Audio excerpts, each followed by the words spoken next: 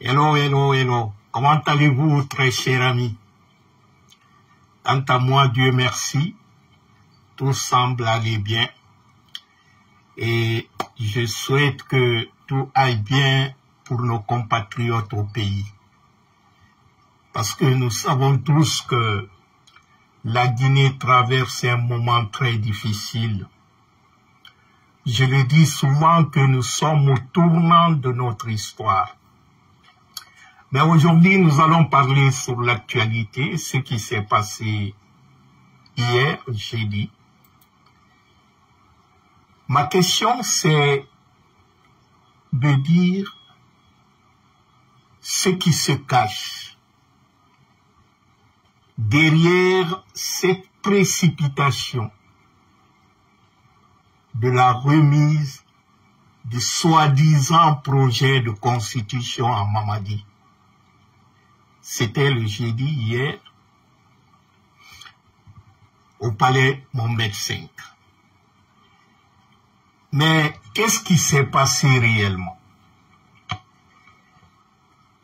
C'est en catimini, c'est-à-dire en cachette et en secret, on dirait comme ça. Cette remise était prévue par Dansa Kourouma pour le samedi demain, le 28 juin, au Palais du Peuple. C'est le Palais du Peuple qui était programmé. Dansa même, il avait invité des artistes. J'ai vu la photo de Sekou Bembeya, de qui encore, Barou, les artistes. Les grands artistes, ils voulaient faire une mobilisation grandiose et tout ça. Donc, il y a l'argent en jeu. Mais aussi, au-delà de l'argent, il y a, c'est ce qu'on appelle un arrangement textuel qui est en perpétuel réagissement. C'est-à-dire, l'avant-projet qu'on a proposé et qu'on est passé, on a dépensé plus de, on disait 3 ou 4 millions pour les campagnes, là. Dansa s'est promené dans les villages sans, comment est-ce qu'un médecin qui va aller expliquer aux gens quel est le contenu du projet. Bon, leur promenade de la campagne pour vulgariser, soi-disant, l'avant-projet. Et après le retour, il y a eu des ajustements. Mais malgré ces ajustements-là, comme on est dans un pays hors la loi,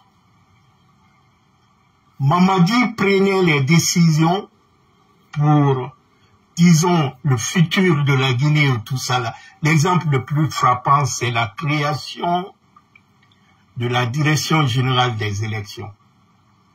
Dans la constitution qu'ils sont en train de sauver là, c'est écrit dedans que c'est un organe indépendant. Et l'organe indépendant là est composé des partis politiques, la société civile et tout ça. Mais par, je ne sais pas par quelle magie, Mamadi en fait un organe administratif. Donc il fallait réajuster ça au niveau de la Constitution. Ce qui semble que cette Constitution est faite sur mesure, c'est-à-dire tout ce que Mamadi veut, c'est ça qu'on est en train d'imposer à des Guinéens. Donc, ces perpétuels réajustements-là, de l'avant-projet qui est devenu projet maintenant de Constitution, mais selon eux, c'est la Constitution déjà. C'est-à-dire, c'est ça qui sera voté, sauf que les Guinéens se rendent compte que c'est un chiffon, c'est un machin qu'on est en train de leur proposer. Donc, dans sa quête d'être au devant de la scène, et comme sa source de financement, c'est les projets de constitution là. Donc, dès qu'il a besoin de l'argent, des milliards à faire sortir et dépenser, on aura même appris qu'il a donné 20 000 $ à chaque machin conseiller qu'ils ont choisi là. Ils ont donné 20 000 $ à chacun d'eux pour intérimer, pour voter ce papier, ce machin. Donc dans ça, pour le 10 juillet, Mamadi a confié la gestion de tout ce qui est maintenant, c'est-à-dire c'est pas dans ça qui va piloter maintenant ce projet de constitution jusqu'au référendum. On l'a retiré parce que il y a cette guerre d'influence. Tu sais, quand il y a l'argent et qu'il n'y a pas beaucoup d'argent maintenant, les petits sorciers là, ils se battent entre eux, quoi. Même au-delà dans ça, on voit les opportunistes propagandistes là, ils s'insultent chaque fois sur les réseaux. Donc on a retiré, parce que pour dans ça, c'est demain la remise officielle. Ils voulaient que ça soit une grande fête au palais du peuple. Mais il y a un communiqué de Mamadi qui est tombé, c'était je crois le mardi, en le disant que c'est pas le palais du peuple, ça serait la présidence. Donc dans ça, avait prévu dans ça, dépenser, faire sortir, parce qu'il avait invité beaucoup d'artistes. Hein. Il a même dit dans son aveu, il y a un communiqué qu'il a fait sortir que j'ai eu aujourd'hui là. C'est écrit dans sa courma. Il dit la journée de mobilisation citoyenne initialement prévue pour le samedi 28 juin 2025 sur l'esplanade du Palais du Peuple est reportée. Mais quelle est la raison du report? Au lieu de dire que c'est annulé, parce que ce n'est pas reporté, il n'y aura plus, parce que la remise est déjà faite. La raison, c'est quoi? C'est que l'événement qui était prévu sur l'esplanade demain, c'est ça qu'on a fait le 26, le jeudi. Donc, c'était la remise du copie, ils voulaient en faire ça solennel. Parce que ils font tout dans la démagogie. C'est-à-dire le sérieux qu'ils n'ont pas pris pour faire l'affaire, mais on crée le théâtre, la démagogie autour, pour donner une valeur à quelque chose qui n'a aucune valeur. Une constitution, 4 ans pour rédiger quelque chose qui existait déjà. La Guinée, depuis 1958, on a eu des constitutions.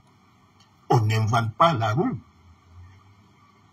Mais le problème est que cette constitution était devenue pour eux un moyen pour retarder la transition.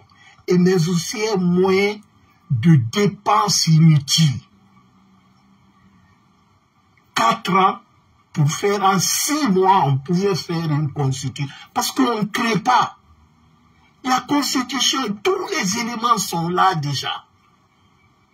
Je crois, si je ne m'abuse pas, c'est la 5e ou la 6e constitution de la Guinée, depuis que la Guinée a été. Mais cette fois-ci, ce n'est pas une constitution faite par le peuple et pour le peuple. Comme ils disent dans leur slogan souvent, que la constitution doit ressembler les Guinéens. Mais ça, c'est tout sauf ça. C'est-à-dire, c'est tout sauf leur slogan.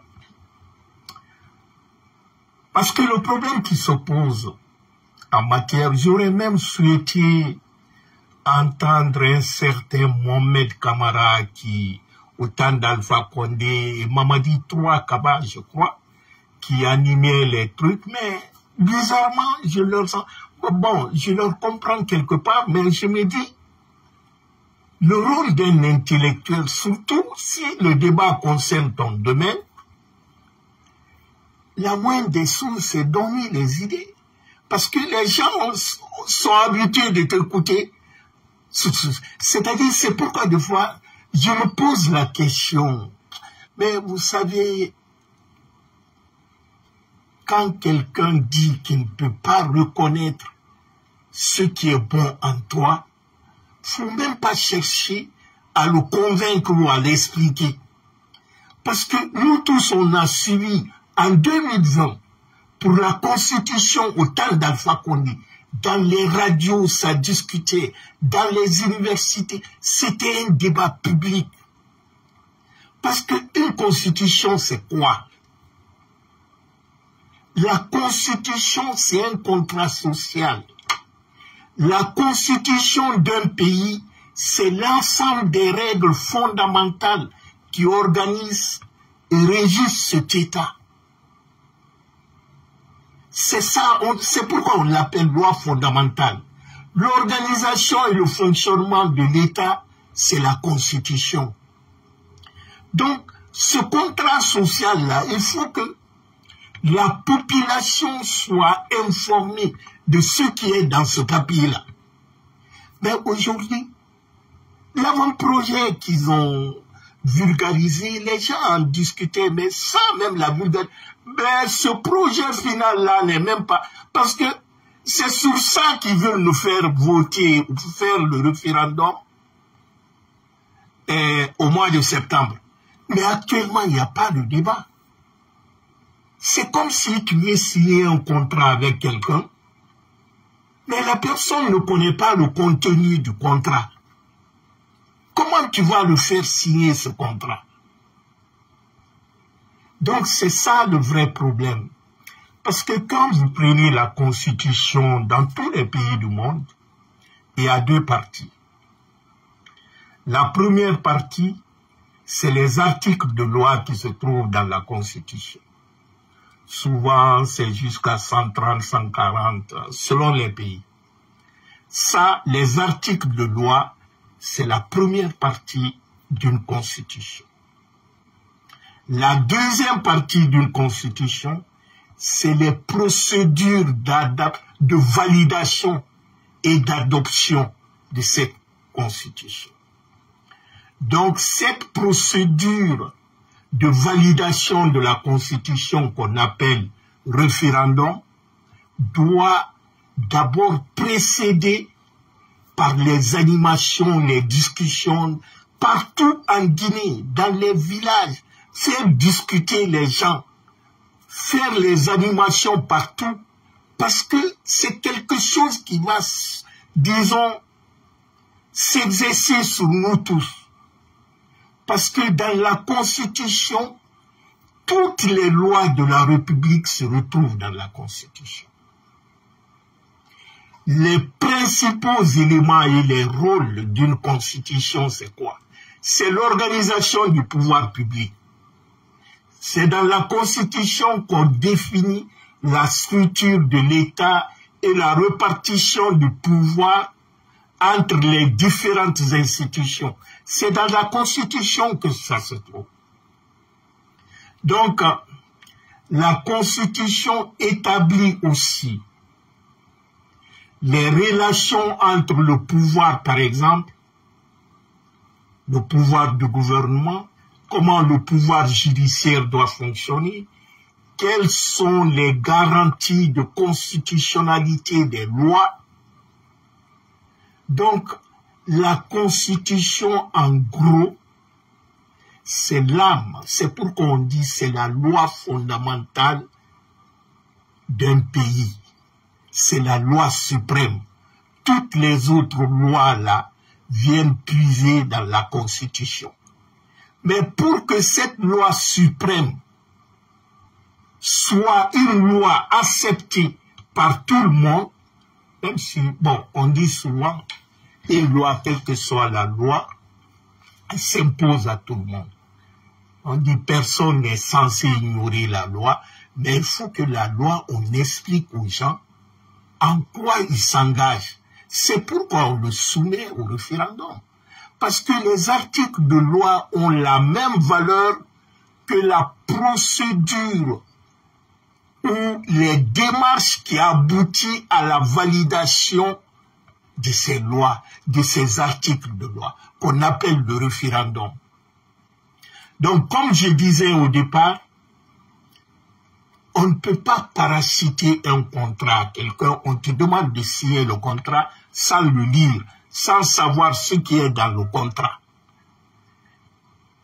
Donc, comme la Constitution est un contrat social, il faut que le peuple soit informé de ce qui est dedans. Mais eux, ils veulent tout cacher ça. C'est-à-dire, ils disent que la population est analphabète, les intellectuels sont manipulables, Donc on s'en fout, on met n'importe quoi dedans, on leur donne seulement de voter. Donc ce qui se cache derrière cette précipitation en catimini, aller en secret, mettre ça, c'est un peu de l'emballage, c'est du marketing public, c'est-à-dire ils veulent faire croire à l'extérieur, parce que nous les Guinéens on sait comment ça se passe, ils veulent faire croire à l'extérieur qu'ils sont sérieux, qu'ils sont en train de travailler, parce que vous savez que même si je ne le considère pas, une délégation de la CEDEAO doit venir en Guinée la semaine prochaine, là. Donc, ils veulent faire croire aux gens qu'ils sont en train de travailler, sinon 4 ans d'une transition, 4 ans pour faire une constitution qui est existante déjà. Et par qui? Par un putschiste, quelqu'un qui a le sang sur les mains, c'est lui qui va nous faire voter la loi qui gouvernera notre pays, nous les citoyens, des années à venir, si on le laisse. Donc c'est ça le problème. En somme, la Constitution, comme je disais au départ, c'est le contrat social qui lie l'État et les citoyens. Mais dans ce contrat social-là, chaque parti, que ce soit l'État et les citoyens, doivent connaître le contenu du contrat avant d'aller voter.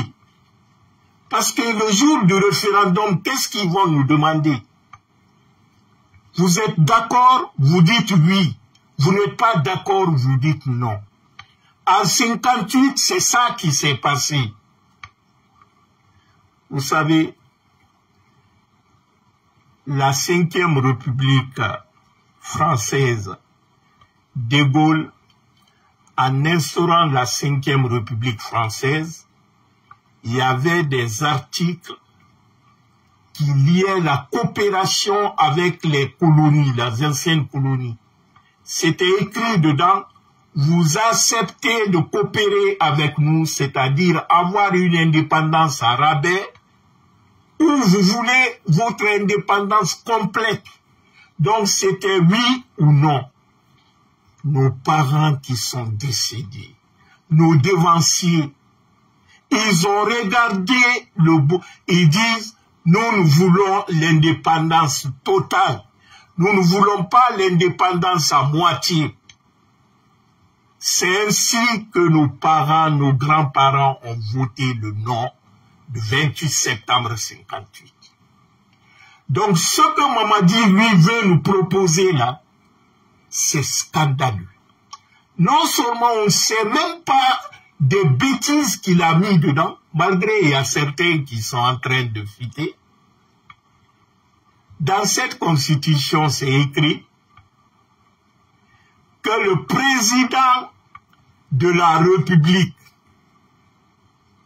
est élu pour un mandat de 7 ans, renouvelable et illimité. Je répète, c'est écrit ce qu'ils ont là-bas. Ils ne veulent pas que les gens se rendent compte. Hein. Ils ne veulent pas parce qu'ils disent que le Guinéen est bête, que nous sommes bêtes, on va aller voter, tout ça là. On ne cherche même pas à comprendre ce qui est dedans. C'est-à-dire, c'est comme si on te fait signer quelque chose, yeux fermés, quoi. Après, il dit, mais tu as signé quand même. C'est ça, ils veulent nous mettre, disons, face au fait accompli.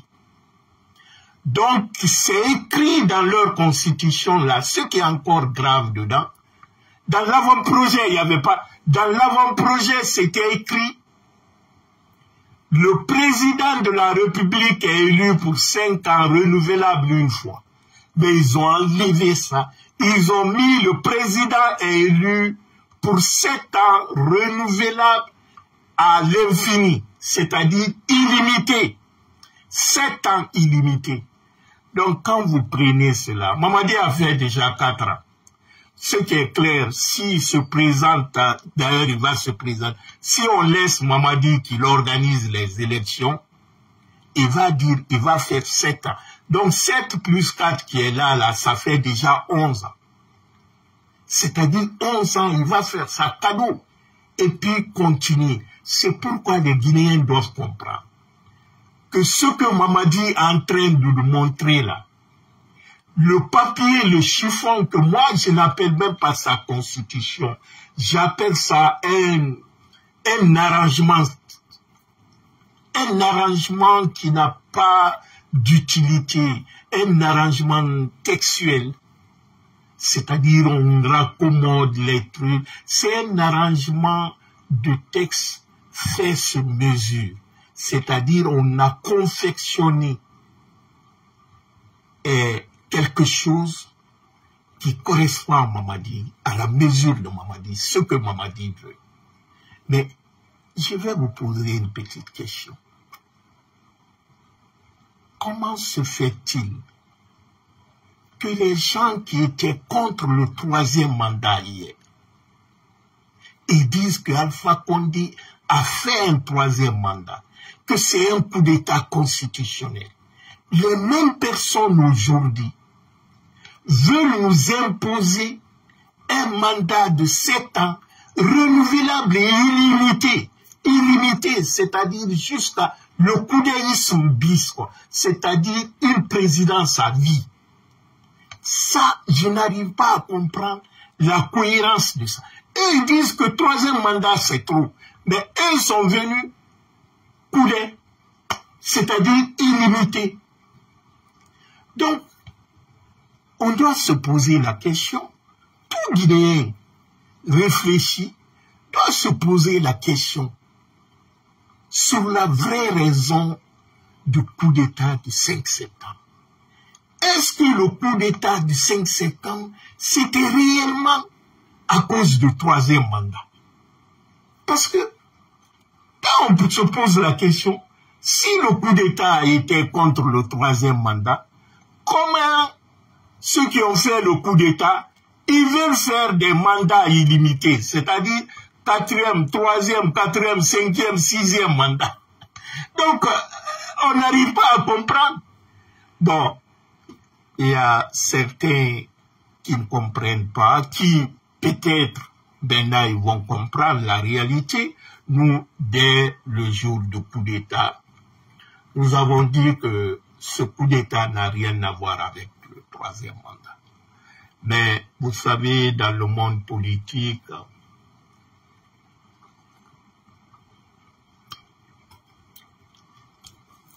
des fois, il y a des politiciens ou des gens qui ont une certaine paresse intellectuelle ou qu'ils veulent s'accrocher à leur illusion. Ils prennent les prétextes. Mamadi a utilisé ou il a profité de ce prétexte-là que certains leaders et d'autres opportunistes journalistes qui ont légitimé très tôt ce coup d'État, il a dit, bon, c'est une chanson commune, les gens sont d'accord si je dis 3e mandat, il y a beaucoup qui seront d'accord avec moi, mais moi je sais que ce n'était pas pour le 3e mandat. C'est ce que Mamadi a dit. Vous savez, le menteur est trahi par le temps. C'est le temps qui vient réparer les torts. Il y a beaucoup aujourd'hui qui ont compris, même pas à cause de, peut-être c'est le dernier que les gens savent, mais par les actes, certains encore s'accrochaient à Alpha fait le 3e mandat et tout ça. Mais tous ceux qui sont battus pour contre le 3e mandat, ils sont où? Les Volkemanguais sont où? Si ce coup d'État était fait contre le 3e mandat, en principe, ceux qui sont battus contre le 3e mandat, ils doivent être avec Mamadi aujourd'hui, ils devraient travailler avec Mamadi, parce qu'ils ont les mêmes objectifs. Mais les premières personnes que Mamadi a commencé à mater, parce que ceux-ci sont partis à l'étranger, dans les pays voisins, pour aller dire, ouais, c'était bien fait, parce que c'est-à-dire, on a entretenu le mensonge. Vous savez, le Guinéen aime entretenir l'enthousiasme. Et puis la haine faisant, quand le Guinéen est contre toi, certains Guinéens, je ne vais pas généraliser, surtout nos cadres politiques ou intellectuels, c'est-à-dire s'ils ne veulent pas de toi, ils te souhaitent ta mort. De ta mort politique jusqu'à ta mort physique. C'est-à-dire, même s'ils trouvent à ton temps, ils trouvent les choses normales et vraies et tout ça là, mais ils transforment ça en mauvais. C'est lorsqu'ils se rendent compte que ce qu'ils disaient sur toi n'est pas vrai. Avec le temps, ils n'ont pas le courage de le dire publiquement. Peut-être en petit groupe, nous, il y a des amis qui nous appellent, ils disent « Ah, mais c'est vous qui avez eu raison. » Donc, Mamadi n'est pas vu. Mamadi, ce coup d'État, c'est un instinct de survie pour Mamadi. Mamadi est impliqué dans l'affaire de drogue, tout le monde sait. En tout cas, tous ceux qui étaient proches savaient que Mamadi entretenait un réseau. Hier ou avant-hier, vous savez, il est parti dans la famille de Ousmane Kaba, dit Bakala. Le feu Bakala, paix à son âme, c'était le patron de Mamadi en Hollande. Ce dernier, malheureusement, était dans l'affaire de la poudre blanche, et ce dernier a fait venir des conteneurs en Guinée. C'est Mamadi qui était le réceptionniste de ce conteneur. Et une partie même de ces marchandises qui ont été débarquées chez le jeune frère de Bakala, qui était un professeur, qui habitait à Nongo, et c'est les groupes de Keboro qui ont arrêté ce dernier. Ça a été montré à la télévision et tout ça. Celui-ci était en prison. Mais Bakala, Mamadi n'a pas joué son rôle. Et Mamadi avait récupéré une partie de la drogue qui a été saisie, mais il a menti à Bakala qu'il n'a rien pris. Ce dernier dessus a piqué une crise cardiaque et il est décédé. Donc, Mamadi, pour se réacheter, le jeune frère de celui-ci qui était en prison, qui avait commencé déjà à dénoncer les gens, il semblerait que Mamadi faisait partie du groupe de personnes qui ont été dénoncées en audition. Et il y avait une dame aussi une douanière qu'on a arrêtée aussi au pont, qui était en prison. Donc Mamadi, dès qu'il a fait le coup d'État, c'était de libérer ceux-ci et le faire sortir de la Guinée. C'est-à-dire effacer les traces. Donc Mamadi n'a pas fait ce coup d'État-là contre le troisième mandat. Mamadi a fait ce coup d'État pour ne pas aller en prison, pour ne pas être arrêté. Donc c'est un instinct de survie. Mais dans cet instinct de survie, il y avait l'enjeu géopolitique aussi et les multinationales. C'est-à-dire, il y avait ces puissances étrangères, la France et les États-Unis, qui voulaient la tête du professeur Alpha Condé. Ils cherchaient une occasion. Et Mamadi est venu comme une belle occasion pour eux. Donc, comme Alpha Condé a crié, parce que quand je vous dis, Alpha Condé est le seul président en Afrique qui a réussi à faire un accord stratégique avec la Chine de 20 milliards de dollars. Le seul chef d'État en Afrique. Et la Banque mondiale avait demandé que Alpha multiplie ce modèle-là pour que ça soit une école pour l'Afrique. Donc, la France, en voyant Alpha Condé devenir quelqu'un qui va, disons, non seulement faire sortir la Guinée dans tout, parce que eux, quand ils te donnent 10 francs, ils te disent comment tu vas dépenser. C'est ça les Occidentaux. Ils te donnent 1 million, les 500 000, c'est quand la France te donne 1 franc français et 1 euro, les 70 cents restent en France.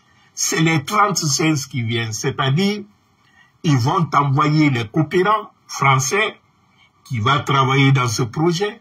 Quand tu veux acheter les machines, tu achètes les machines en France, tu ne vas pas acheter ailleurs. Les Chinois, quand ils te donnent, ils disent, bon, on te donne. C'est toi qui sais comment tu vas utiliser ton argent. Il n'y a pas de conditionnalité. C'est pourquoi l'aide, l'aide au développement, là, c'est de l'arnaque. Ça n'a jamais développé un pays. Donc, bref, je reviens sur Mamadi. Donc, Mamadi a fait ce coup d'État-là pour un instinct de survie. Mais comme à l'époque, le prétexte troisième mandat était... C'est-à-dire les opposants s'attendaient à ça. Qui a vu un... C'est-à-dire le coup d'État s'est passé au mois de septembre. En octobre 2020, on a fait des élections en Guinée. D'octobre 2020 jusqu'en septembre 2021, il n'y a pas eu de grosses manifestations. D'ailleurs, toutes les activités étaient calmes maintenant. C'est-à-dire la chose était... Mais Mamadi a vu... Mamadi n'a pas commencé ce coup d'État du 5 septembre là. Ça a été préparé depuis longtemps. Vous savez, le commandant de Samoria qui avait la clé là où on gardait des armes et tout ça là, c'est lui qui avait la clé de ce dernier.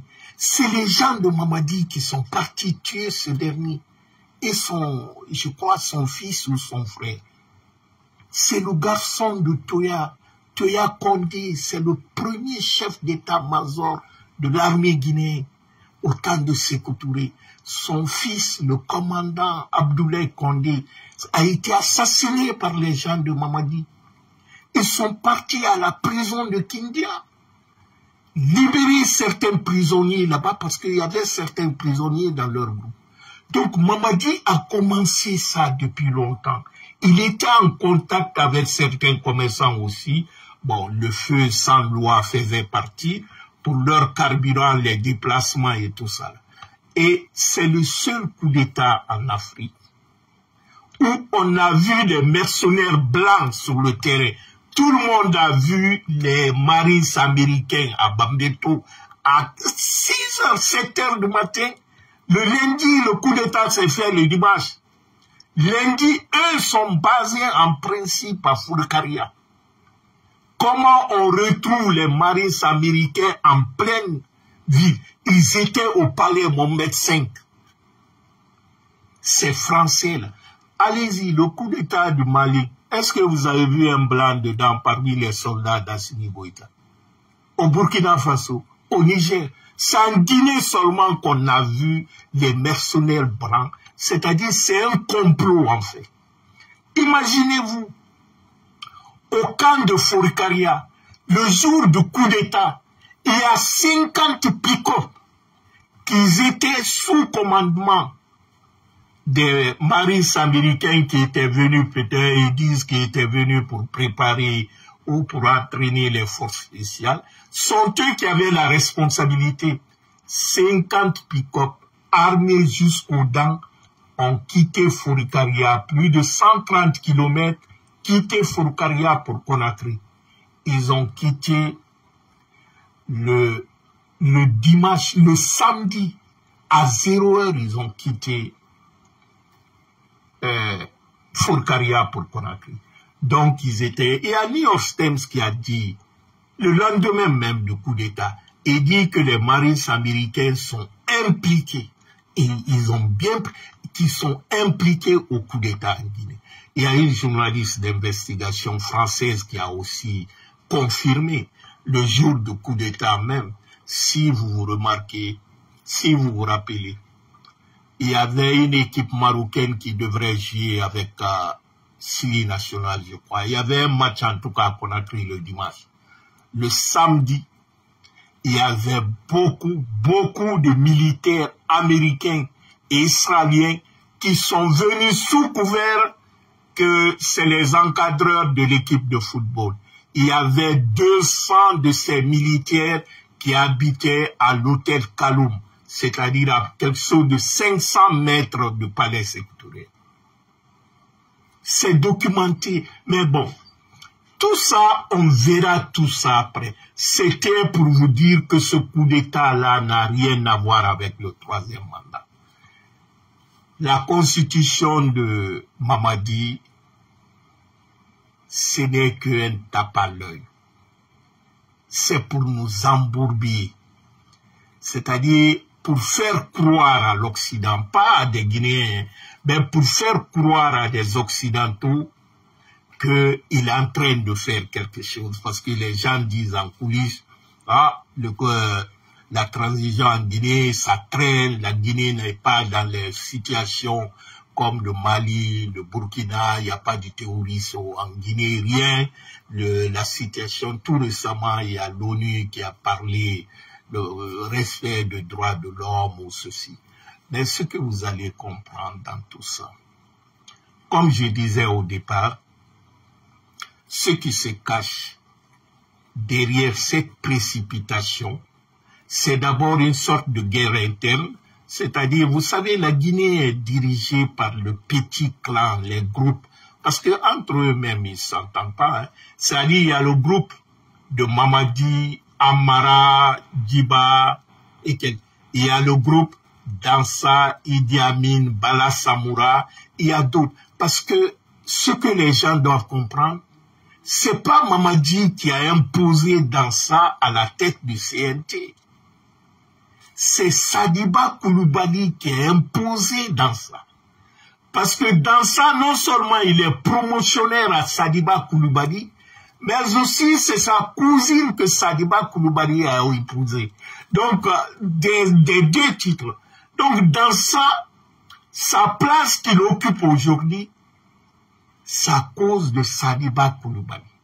Mais à la mort de Sadiba, Dansa n'a même pas osé aller, disons, dire condoléances à la famille de Sow.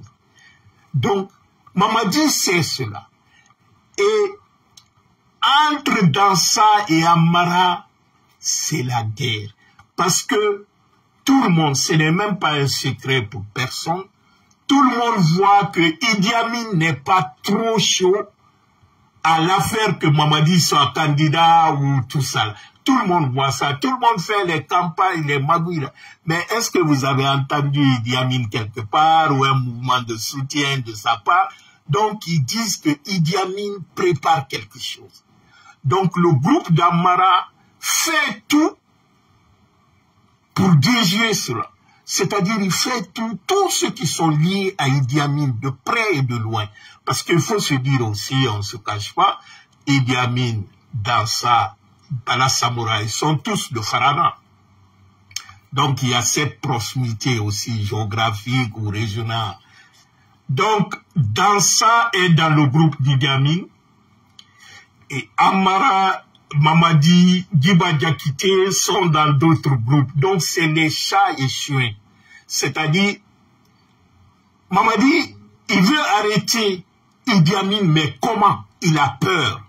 Il dit, si je le fais à l'heure là, est-ce qu'il n'a pas quelque chose? Parce que quoi qu'on dise, Mamadi, c'est Idi Amin qui est son parrain. C'est Idi Amin qui l'a préparé de faire rentrer dans le milieu.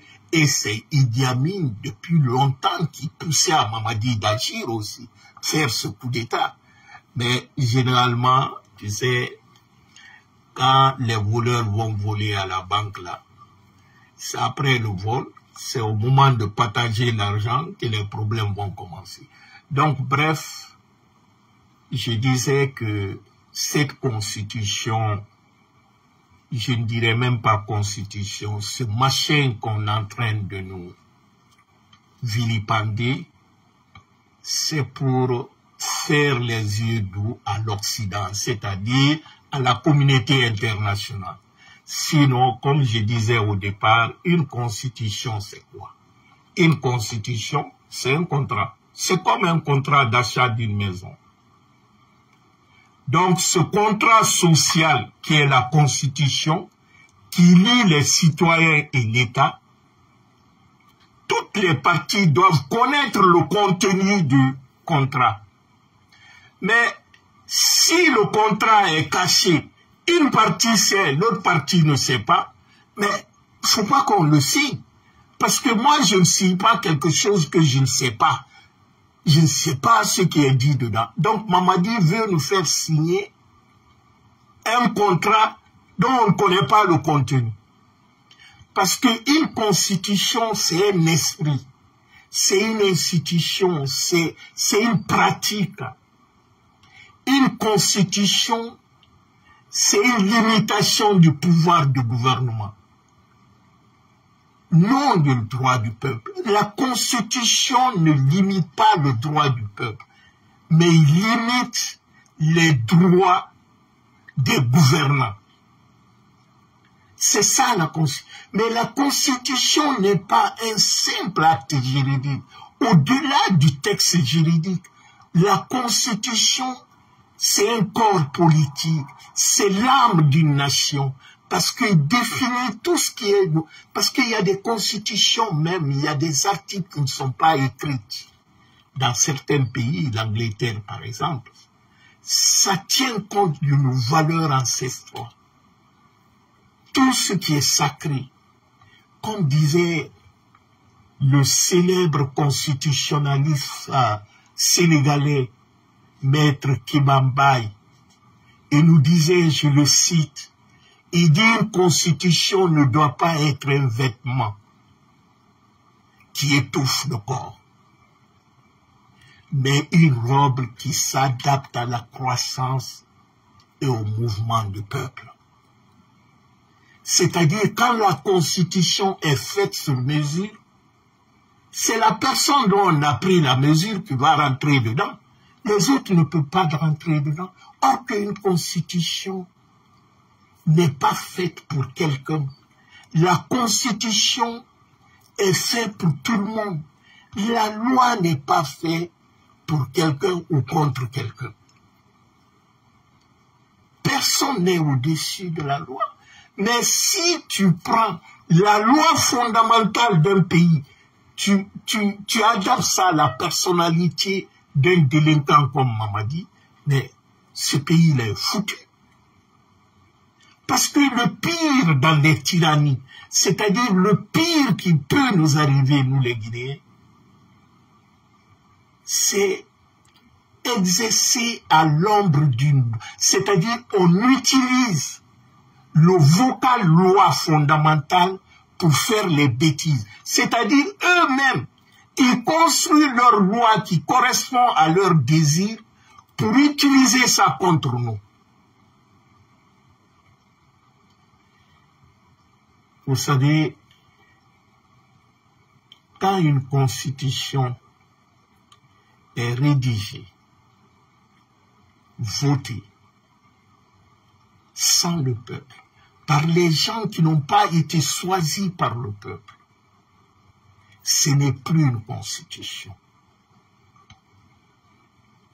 Parce que la valeur d'une constitution, c'est l'émanation du peuple. Parce que la loi va s'exercer sur le peuple. Si le peuple n'adhère pas à une loi qui s'impose sur lui, on appelle ça l'injustice. Parce que le peuple, c'est pas le peuple. C'est-à-dire, il y a une sorte de légitimation du peuple. Qu'est-ce qui fait la garantie d'une loi, de la constitution de foi? C'est l'adhésion populaire. C'est la seule garantie. Aucun article, c'est pourquoi je riais sur. Il y a des gens qui disaient en 2010, la Constitution, on dit l'intangibilité, on parle de l'intangibilité, je crois que c'était l'article 60-61. L'intangibilité est garantie par le peuple.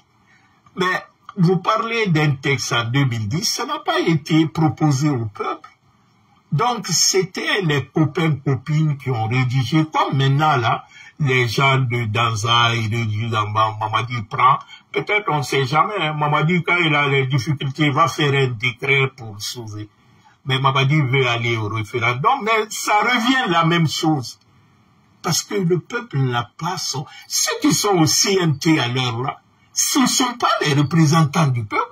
C'est Mamadi qui a choisi les gens, certains vendeurs, des escrocs, artistes ou je ne sais quoi, Comment ceux-ci peuvent analyser un texte? Parce que de toutes les façons, tu ne peux pas dire à un maçon de faire l'électricité ou bien d'aller opérer quelqu'un à l'hôpital. Chacun a son travail. Dans le travail, on ne dit pas qu'il faut des juristes seulement, non. Pour une constitution, on a besoin des sociologues, on a besoin d'autres branches aussi, disciplines qui rentrent dans la main. On n'a pas besoin d'un vendeur de cacahuètes ou tout ça là. Lui, bon, on peut quand même l'envoyer dans son métier. Mais le CNT, c'est ça. C'est-à-dire, Mamadi a choisi ce qu'il veut. Même les délégués des partis politiques, c'est pas les partis politiques qui ont imposé MPG, par exemple. C'est Mamadi qui a choisi. C'est à travers Danzar, ils ont choisi celui qu'ils veulent. Et faire aussi. Si vous voyez qu'ils refusent de démissionner parce qu'ils savent que leur choix ne vient pas de leur parti. Ils portent le nom de leur parti, mais ce n'est pas le choix des partis. Et puis bon, vous savez, en Guinée, hein, les gens sont dans le besoin. Donc, c'est pour vous dire que quand un poussif qui a le sang sur les mains, qui dit que la loi fondamentale de votre pays, c'est moi qui le pilote, il faut se poser la question. Parce que une constitution, une loi fondamentale qui n'est pas votée par le peuple et qui est imposée sur le peuple, c'est un danger. Parce que la loi ne sera jamais respectée. C'est un abus. Cela met en lumière que la notion même de la Constitution va au-delà même de ce parti juridique ou cette partie technique organisationnelle ou, disons, des différentes pouvoirs législatifs, tout ça. Au-delà de tout ça, c'est l'âme. Parce que la constitution dans un pays, comme on le dit souvent, c'est la loi fondamentale de ce pays. Et cette loi fondamentale doit avoir une émanation populaire. Ce n'est pas seulement parce que chez nous, tout ce qu'on va organiser, on sait distribuer les gens, on achète les consciences, on dit allez-y voter. De toutes les façons, ils vont dire que c'est voter. Mais à l'intérieur, les gens ne peuvent pas voter quelque chose qu'ils ne savent même pas. Quelqu'un qui vote sur quelque chose qui n'a pas connaissance, ce n'est pas de vote ça. On impose. Parce qu'il y a cette dimension sociologique et symbolique. Parce que la Constitution, c'est un pacte social. Parce qu'il garantit la liberté du peuple. Mais très malheureusement, chez nous, c'est-à-dire, on ne prend pas au sérieux l'essentiel. C'est lorsqu'on voit des conséquences maintenant pour dire, ah oui, les gens sont... Mais c'est parce que les gens, dès au départ, vous avez mis de côté des gens, parce que pour eux, c'est la politique, il faut... Mais c'est l'avenir se base. Un pays, parce qu'une constitution n'est pas là pour 2 jours, pour 2 ans, 3 ans. Ça doit survivre au temps. Qu'est-ce qui fait que en Afrique en général et en Guinée, les lois, tout le monde viole les lois? C'est parce que ce n'est pas les lois qui ont été, disons, légitimées par le peuple. Il y a beaucoup de lois en Guinée, on impose aux gens. Et les gens ne connaissent même pas. Et en Guinée, les amis vont m'excuser, mais la profession la plus malhonnête, c'est judiciaire, c'est-à-dire tout ce qui est rattaché à la loi. Parce que la malhonnêteté, c'est-à-dire les gens, chacun utilise la loi comme il veut. Et on s'arrange. Pour les gens, c'est normal. Pour la petite histoire, ça m'est arrivé une fois. Moi, j'étais parti. Je voulais faire quoi? J'étais avec un ami. J'étais parti voir une dame. Je crois que c'était pour changer ma date ou tout ça là. C'était dans une agence de vol. Ça fait un peu longtemps. Je viens voir la dame. J'ai dit, bon, je voulais changer ma date de départ.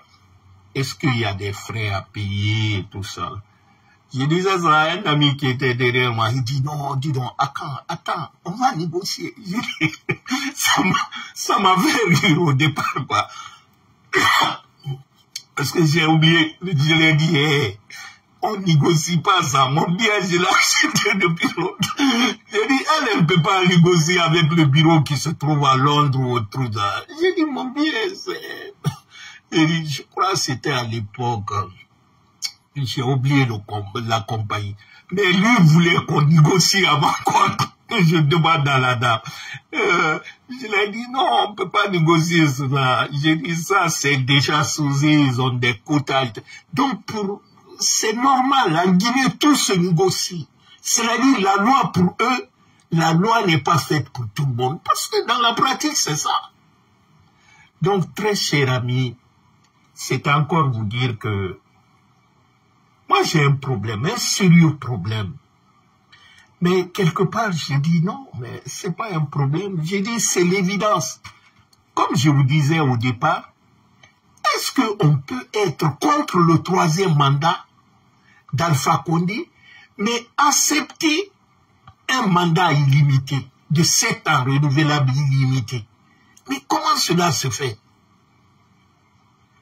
C'est la question que je me pose, parce que quand vous voyez l'état de ce pays aujourd'hui, quand on vous dit que les Guinéens sont les plus grands demandeurs d'asile, il paraît que la Guinée est désormais la première nationalité africaine à demander l'asile en France. On se pose la question, est-ce que la Guinée est en guerre? Est-ce qu'il y a l'affaire? Ce n'est pas le Mali, ce n'est pas le Niger, ce n'est pas le Burkina, mais la Guinée. Cela doit nous interpeller. C'est parce que la Guinée, c'est-à-dire les jeunes préfèrent aller mourir à la mer ou dans le désert parce qu'ils n'ont pas d'espoir. Parce que Mamadi a rendu, c'est-à-dire ce qui est grave pour une jeunesse, c'est de ne pas avoir le rêve, croire que demain sera mieux. Mais ils voient la réalité. Parce que qu'est-ce que Mamadi a fait rentrer en Guinée? C'est-à-dire, ça fait quand même pitié. Mamadi a dit aux jeunes Guinéens, ne travaillez pas, ne créez pas d'entreprise, mais plutôt créez des mouvements de soutien. Pour moi, faites l'éloge de ma mauvaise gouvernance. Quand vous faites ça, je vous donne une maison, je vous donne les véhicules. Mais tout le reste ne le fait pas. C'est ça que Mamadi inculque. C'est le modèle de Guinéen futur que Mamadi veut créer. C'est-à-dire un gars oisif qui n'a pas d'ambition. Quand vous regardez sur les réseaux sociaux, partout en Afrique, en Côte d'Ivoire, au Bénin, au Cameroun, vous voyez les startups, on organise les forums, on organise les formations avec les jeunes entrepreneurs. Mais en Guinée, c'est quoi? C'est les soirées TikTok. C'est les partout aujourd'hui, chaque semaine, on invite un artiste. C'est Guinée Kababintou, c'est ceci. C'est-à-dire, on ne veut même pas que les jeunes Guinéens réfléchissent sur leur avenir. Mamadi tue leur avenir. Devant tout le monde, on le voit. Si ce n'est pas crié Simandou 2040, tu leur demandes c'est quoi Simandou. J'ai été même surpris qu'on a donné ça comme épreuve, je crois, aux enfants de 9e, ceux qui passent le brevet là. Mais les gens ne connaissent même pas celui même qui est chargé de ça, disent que c'est 14 km qui ne peut pas être un bidon comme ça là. Diba Diakité, quand je vous dis que Mamadi est en train de détruire la Guinée, vous n'allez pas comprendre. Le pire dans ça, c'est quoi? C'est-à-dire, je vous jure, même tuer Mamadi, ça serait petit pour la Guinée. Quand vous voyez la finance publique aujourd'hui, ce manque de liquidité à la Banque centrale aujourd'hui, le franc guinéen, pour ceux qui, vous pouvez vous renseigner, le franc guinéen ne tient plus parce que sa dépréciation continue de plus belle. Quand vous voyez aujourd'hui, vous prenez 100 € s'échange contre 1 250 000 francs guinéens. J'ai un ami qui a fait un échange aujourd'hui. Il m'a appelé en Europe, il dit, bon, j'ai envoyé. Mais imaginez-vous, avant le coup d'État, je crois que c'était 900 000, ça n'avait pas atteint 1 million. Aujourd'hui, vous pouvez vérifier. Mais ce qui est grave dans ça, c'est-à-dire Mamadi se fout de nous. Il nous insulte. Les plus jeunes ne peuvent pas comprendre parce que Mamadi c'est un Kalabanti, Kanainara. Hey, bandit konana Mamadi. Mamadi barre bandit. C'est-à-dire Mamadi est né dans le banditisme. Il ne connaît que ça. Vous savez, Mamadi utilise le nom de... Mamadi n'a même pas connu le régime de Sékou Touré est mort. Mamadi avait quel âge? Le nom qu'il a donné à l'aéroport, là, c'était prévu. Retourner les villas Sili de Sékou Touré. Sékou Touré même ne voulait pas. Sinon, Sékou Touré avait 26 ans. Sa villa, là, il disait que c'était la villa Lot. C'est celui qui reçoit des gens. C'est là-bas il logeait. La villa de Sékou Touré collée à la concession de Seflek Diallo. Allez-y voir. À la minière là-bas, derrière, c'est la concession. Tous les enfants, docteurs, Diallo, ils sont tous là, même sa clinique privée là-bas. Et ils ont eu ça, les deux, à la même temps. Sékou Touré a dit, bon, écoute, moi, je vais aménager ici, comme il n'y a pas d'hôtel à Conakry. Quand les étrangers viennent, ils logent ici, là. L'État n'a pas de... Sékou Touré, dans toutes les préfectures de la Guinée, il y avait ces maisons, Villa Sili. C'est ça. Sékou avait horreur du bien matériel. Lui, c'était pas ça qui l'intéressait. Sékou disait à ma mort, tous mes biens appartenaient à la Guinée. Donc, bon, si on retourne à sa famille, c'est pas mauvais. Mais Mamadi utilise ça pour dire aux gens qu'il est Sékou. Mamadi n'a rien de sécuritaire. Vous savez, la monnaie guinéenne, depuis l'indépendance, ça a été créé, la monnaie guinéenne, en novembre 1958. C'est-à-dire, dès après l'indépendance, la première chose qu'on a créée par après, c'était la monnaie et puis l'armée. Depuis cette date, la monnaie guinéenne était imprimée en Chine. Imaginez, 66 ans, on fait ça en Chine, tous les régimes qui sont passés. Mamadi vient, il dit non, parce qu'il ne peut pas manipuler ceci. Il dit, je vous retire, je donne ça aux Français. Donc notre franc guinéen, là, les mois à venir, comme il a des difficultés de liquidité, vous savez, la monnaie, tu ne peux pas fabriquer la monnaie à la pagaille. D'abord, il y a des éléments de sécurité qui sont dedans. Et quand tu le fais à la pagaille, tu encourages les faux billets. Et puis, les institutions, Banque mondiale, FMI, contrôlent la masse monétaire.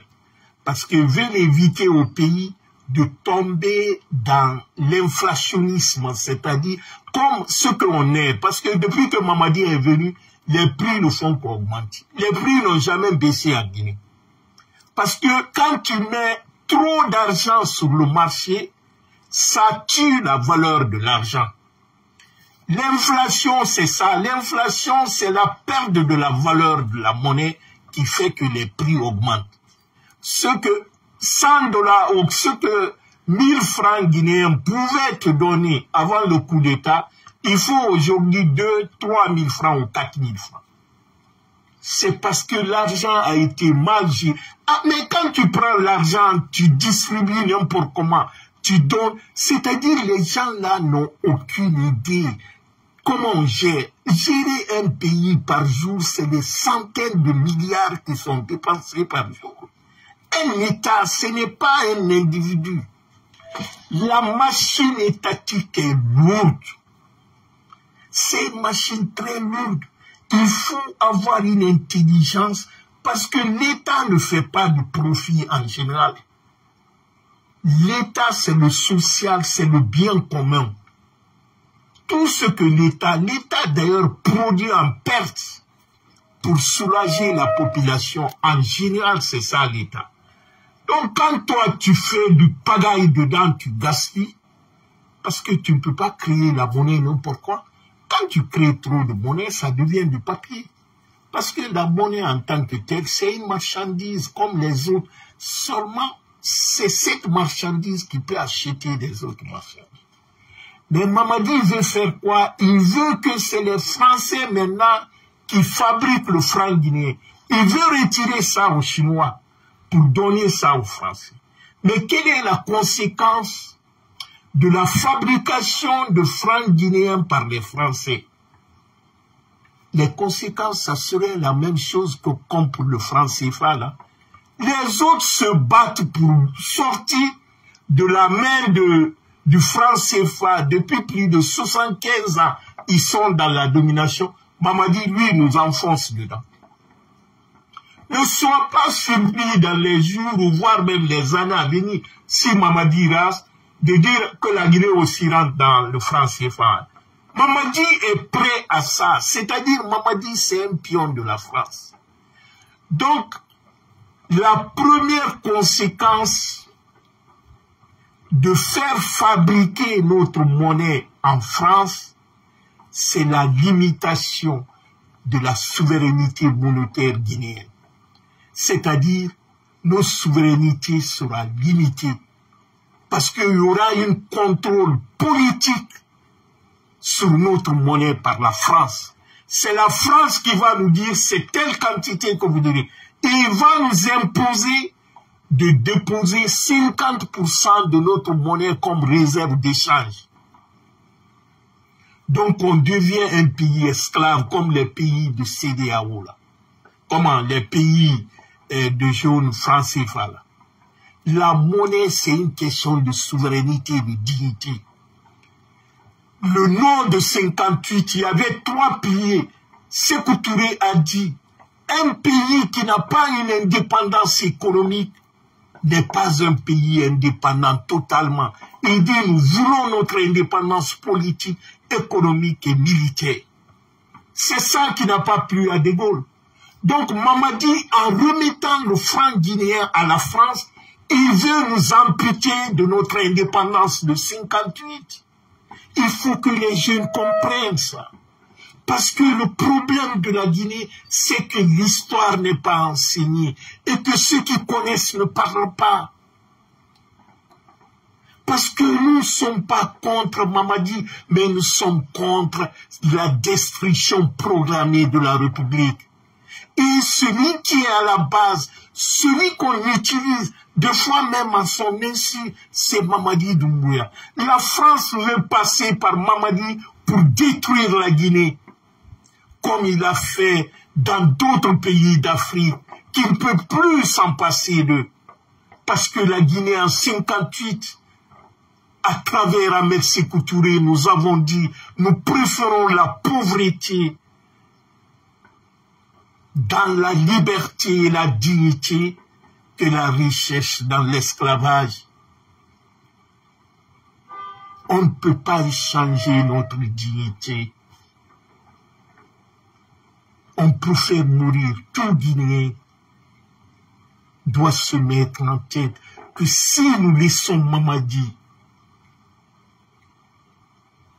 consolider ce qu'il est en train de faire, c'est la mort programmée pour nous tous. D'ailleurs, au-delà de nous, nos enfants, Mamadi est venu assassiner l'œuvre de nos dévanciers devant nous. Nous le voyons tous les jours. Ce que Mamadi est en train de faire en Guinée, même le colon n'a pas fait. En 4 ans, ce que Mamadi a fait, en 4 ans, plus de 18 milliards de dollars qui est parti dans le fumier.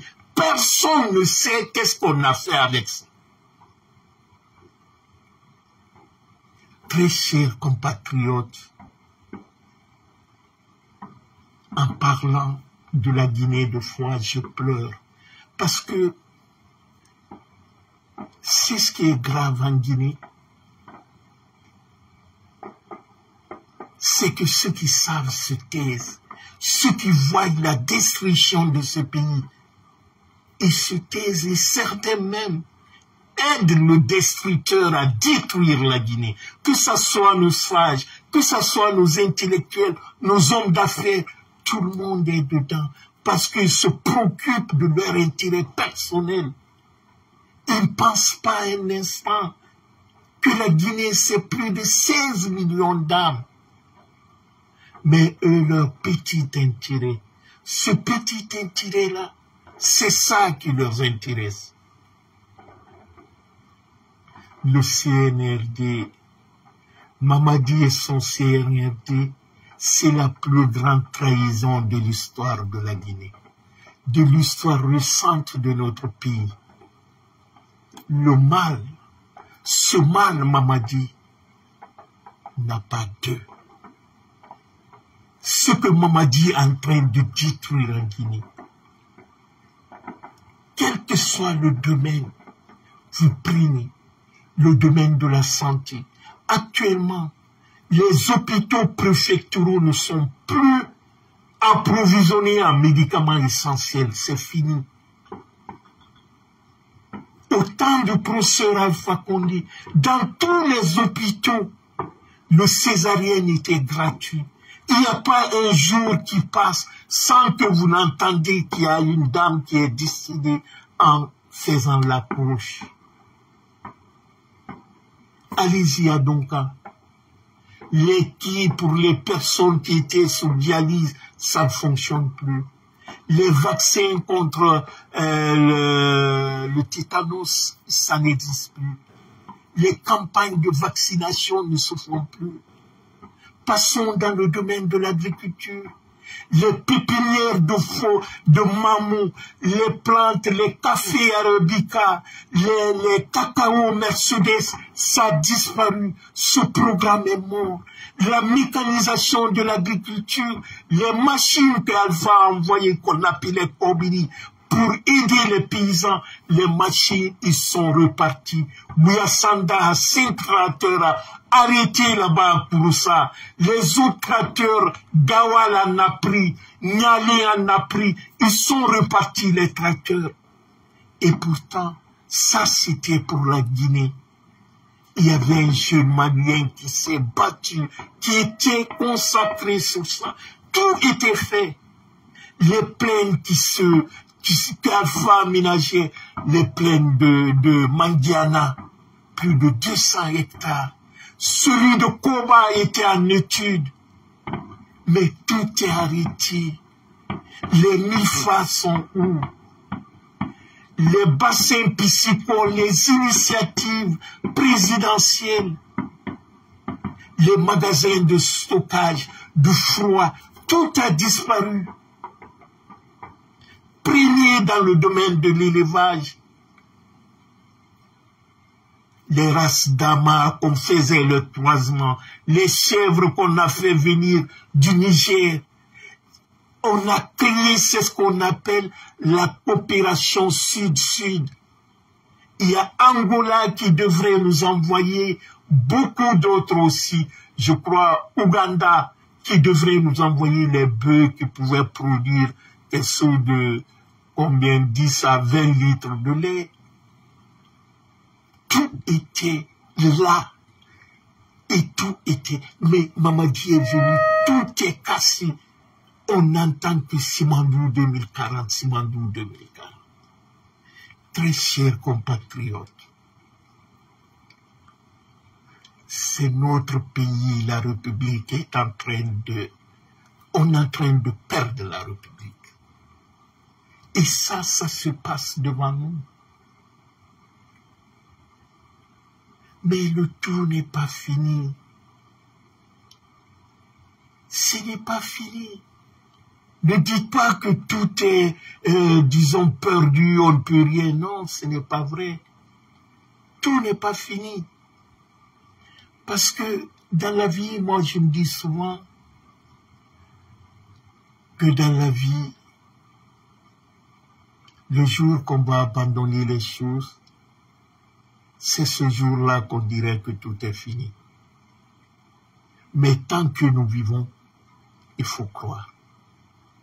Il faut espérer, parce que tout le monde a des jours difficiles. Dans l'histoire de toutes les nations, il arrive des péripéties, il arrive des accidents, comme l'apparition de Mamadi. Mais on arrive à traverser. Il y a eu des difficultés en Guinée, mais celui de Mamadi est encore très gros. Mais nous allons survivre à cela. Tout ce qui nous arrive dans la vie, ne dites pas que tout est mauvais, mais c'est une expérience de vie, parce qu'on a vécu ce qui s'est passé et on a pu identifier ce que j'appellerais les bons grains guinéens, c'est-à-dire les dignes fils de pays et les maudits et les indignes. Parce qu'il y a des gens dans toutes les familles, partout, il y a des gens qui veulent tirer la famille en haut, faire avancer la famille, mais il y a d'autres qui vont le tirer en bas pour qu'il reste à terre. Donc avec Mamadi, on a pu quand même identifier cela. Mais il est encore possible. Il est possible avec le courage. Il est possible aussi par la sensibilisation et surtout la conscientisation des jeunes. Il faut expliquer aux jeunes. Faudrait-il qu'ils écoutent les aînés ou bien même qu'ils fassent leur propre recherche en lisant, en fouillant, en discutant entre eux. Parce que nous avons deux choix. Soit nous continuons à subir en silence ce mal Mamadi, soit nous nous lèvons comme un seul homme, comme un seul peuple, comme en 1958. On se met ensemble pour dire ça suffit, pour dire à Mamadi stop. Parce que la liberté, on ne mendie pas la liberté, on ne la demande pas, on l'arrache.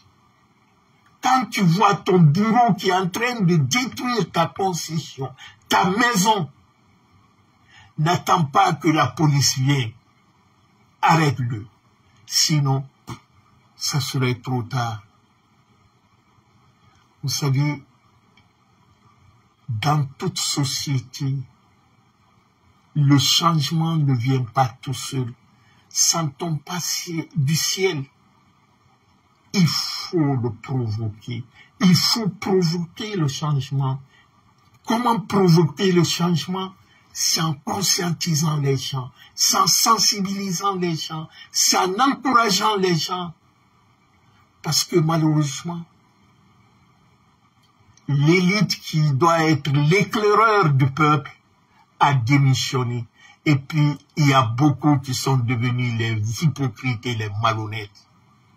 Sinon, c'est nous, Nos parents nous ont envoyés à l'école pour leur éclairer, pour leur protéger, pour leur expliquer les dangers des choses, pour prévenir.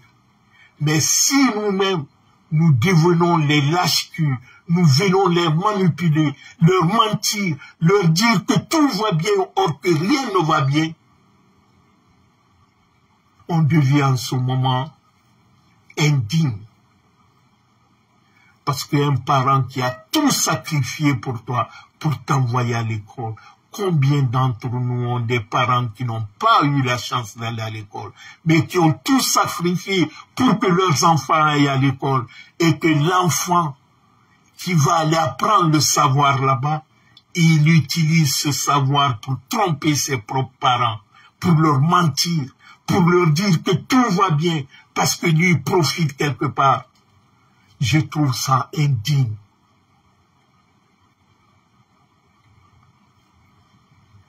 Le peuple de Guinée doit se réveiller. Surtout nous. Nous, les jeunes et les moins jeunes. Nous, les adultes, hommes et femmes. Sauvons notre nation. On ne peut pas laisser la Guinée dans la main des hypocrites. Notre avenir ne se négocie pas avec les narcos. Notre silence, c'est la condamnation à mort et on va pousser nos enfants au suicide. Il n'y a pas un jour qui passe aujourd'hui sans entendre qu'un gamin est mort par overdose, qu'il a pris la drogue. Mais Mamadi est un vendeur de drogue.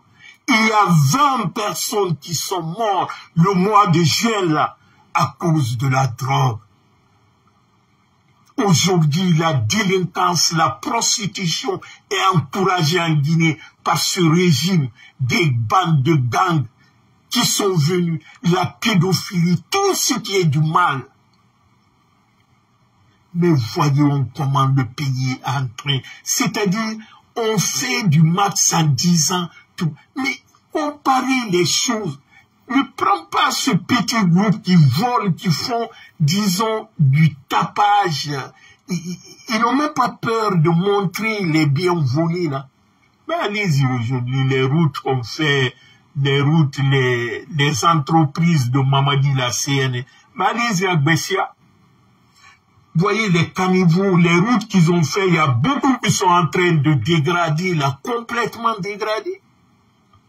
Pendant ce temps, Mamadi, lui, s'est donné des milliards. Il est dans sa drogue là-bas.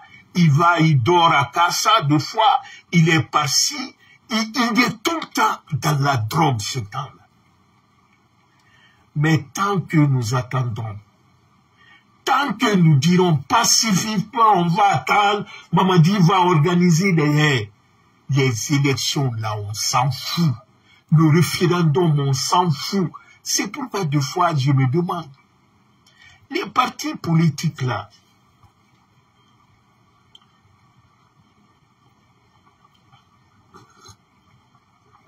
excusez-moi, je disais à ces partis politiques, bon, chacun a sa façon de voir, parce que moi j'ai dit à ce c'est inutile de faire les congrès bas, parce que j'apprenais que on demande à UFDG d'intégrer Ousmane Gawa avant leur...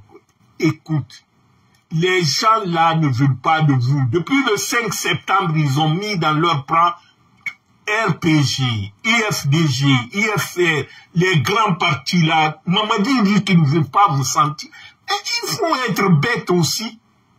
C'est-à-dire, Mamadi, vous comme les gamins, quoi.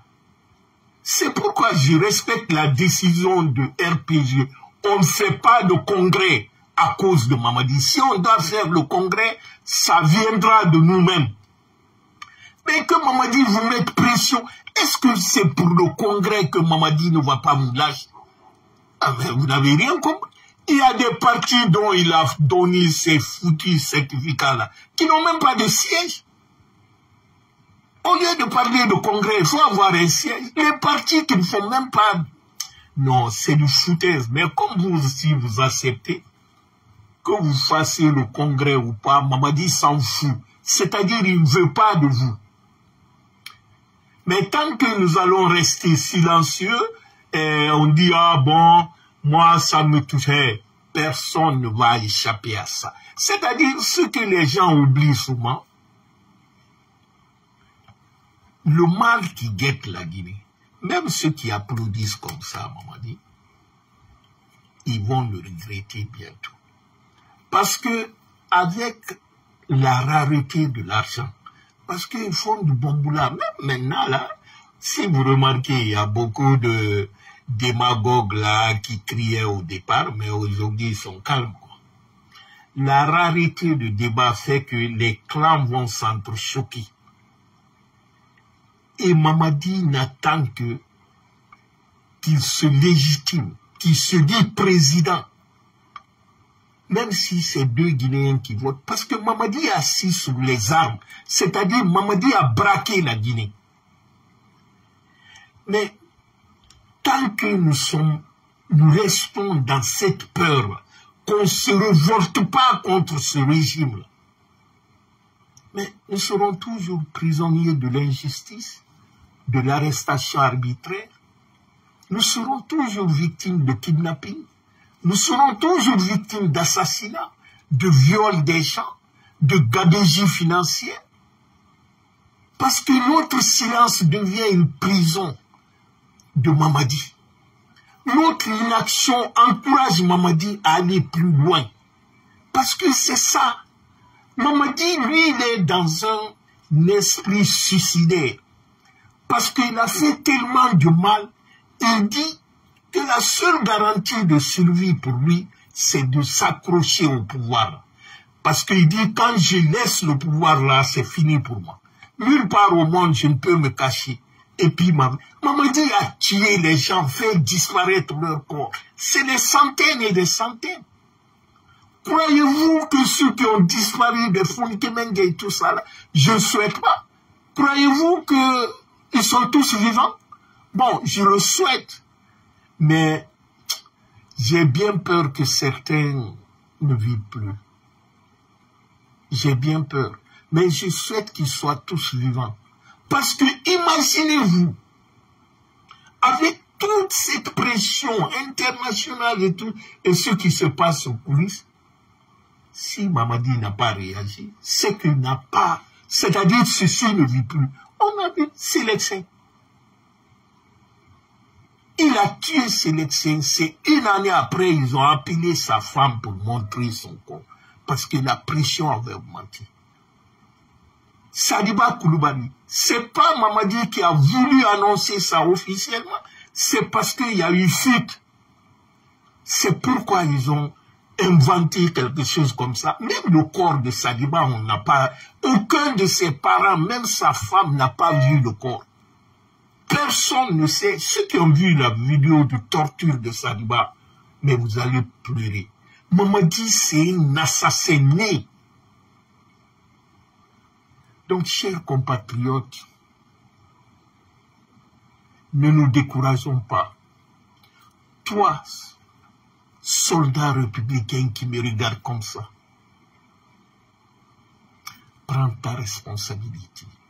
Tu as prêté serment de protéger ce peuple innocent face à l'agresseur, face à l'envahisseur. Cet agresseur est là aujourd'hui. Il s'appelle Mamadi Doumbouya. Si le sacrifice de ce peuple qui t'a tout donné, qui est venu se confier en prenant tes pieds, s'il te plaît, laisse une balle dans la tête de Mamadi pour qu'on finisse. Fais-le. Ne demande pas la permission à quelqu'un. Fais-le en solo. Tu n'en parles à personne. Tu seras considéré comme un héros parce que tu as libéré ce peuple sous le brimant, sous la sauvagerie, la violence de cette bête sauvage qu'on appelle Mamadi. Mamadi, c'est un assassin. Soldat, retiens-le. Les héros ne meurent pas. Et à un moment de la vie d'un homme, Il faut savoir choisir le bon côté. C'est à toi de voir. Est-ce qu'un tyran qui te brime, toi, militaire, aujourd'hui, Mamadine s'occupe de ces gardes, ces miliciens qu'ils appellent force spéciale, mais toi, soldat, homme de troupe, il t'a marginalisé. Il a détruit même l'armée guinéenne. Il a créé une armée dans une armée. Toi, soldat, dans le quartier, il y a sa tante, ta mère, tes frères et tes sœurs. Ils vivent dans le quartier, mais dans la peur. Parce qu'il y a un brigand qui s'appelle le shérif de Conakry, qui est Mamadi. Il terrorise les gens. Peux-tu laisser ce bandit terroriser tes parents devant toi? Fais ton boulot et fais le bien. Mais si tu le fais maintenant, c'est encore mieux. Très cher ami, je vous dis merci et bonne nuit. Bye bye. Au revoir.